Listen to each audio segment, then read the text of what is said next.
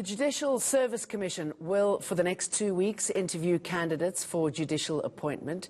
This is to fill 31 vacancies at various courts. These include the Constitutional Court, Supreme Court of Appeal, Labour Court and all divisions of the High Court. Let's take a look at the process and criteria used in some of these appointments. Joining us now is legal counsel at the Helen Suzman Foundation, Anton van Dalsen. Very good morning to you, Anton. I suspect that today is a very important day when it comes to the legal process. What's the focus going to be? What are we looking for here? Good morning. Yes, I think one or two facts as background. The Judicial Services Commission consists of a wide variety of representatives from the legal profession, from academia and politics. So it's not a political appointment. There are political parties involved in the process, but there are not enough of them to should we say, put a slant on the process. Okay, let me just jump in there. I mean, that's incredibly important, isn't it, considering how we've seen, yes, the legal process has been battered from side to side by the politicians. So, good. So they are removed in this process. Continue.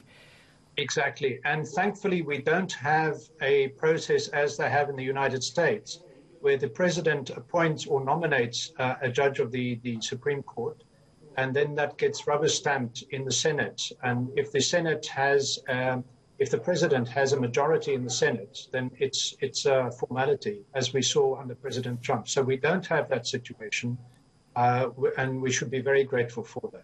All right, some of the names here, I'm just going to pull some out. I mean, we can't read through all of them. Judge Ledwaba, Jody Colopin, Daya Pillay. I mean, what is it that will be looked for? What sort of credentials, what sort of man, woman should it be? It's a good question. The people who, the persons who have been nominated, there are a couple of very well-known names there. I think that all the representatives on the JSC, what they should be doing and probably have done is to speak to their contacts in the profession, to get the impression of the various candidates. If there is any controversy surrounding any of the candidates, they can raise these things in the interviews which are about to be held, so that everybody knows about them. And I mean, to get back to your question, it's not so easy to answer. But I mean, what people are looking for are well-qualified people with a lot of integrity and experience. To put it very briefly, that's it. It's very difficult to go into more precise detail on those topics. We know that there's going to be 2 weeks of interviews. I mean, that's quite a long time.